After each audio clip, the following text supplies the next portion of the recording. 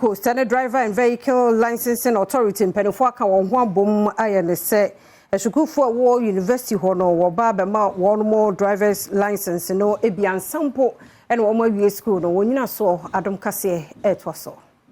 University of Cape Coast and Penifo and a Driver and Vehicle Licensing Authority aka won ho abomu a woma adesuafo osuapomu honomo driver's license asana wonum ede wonum adesua abawi Kafu Semevo eye director ewo driving training testing and licensing woni amani boni enkomotwetwe mu no ene wo kire butayenti a wonum aka won ho abomu a wodi sa adwuman nienti a ye ba ha ene no ye nia Broniweka collaboration a year collaboration and a partnership between University of Cape Coast and DVLA. Other one is programs being and I bet to me any free University of Cape Coast wa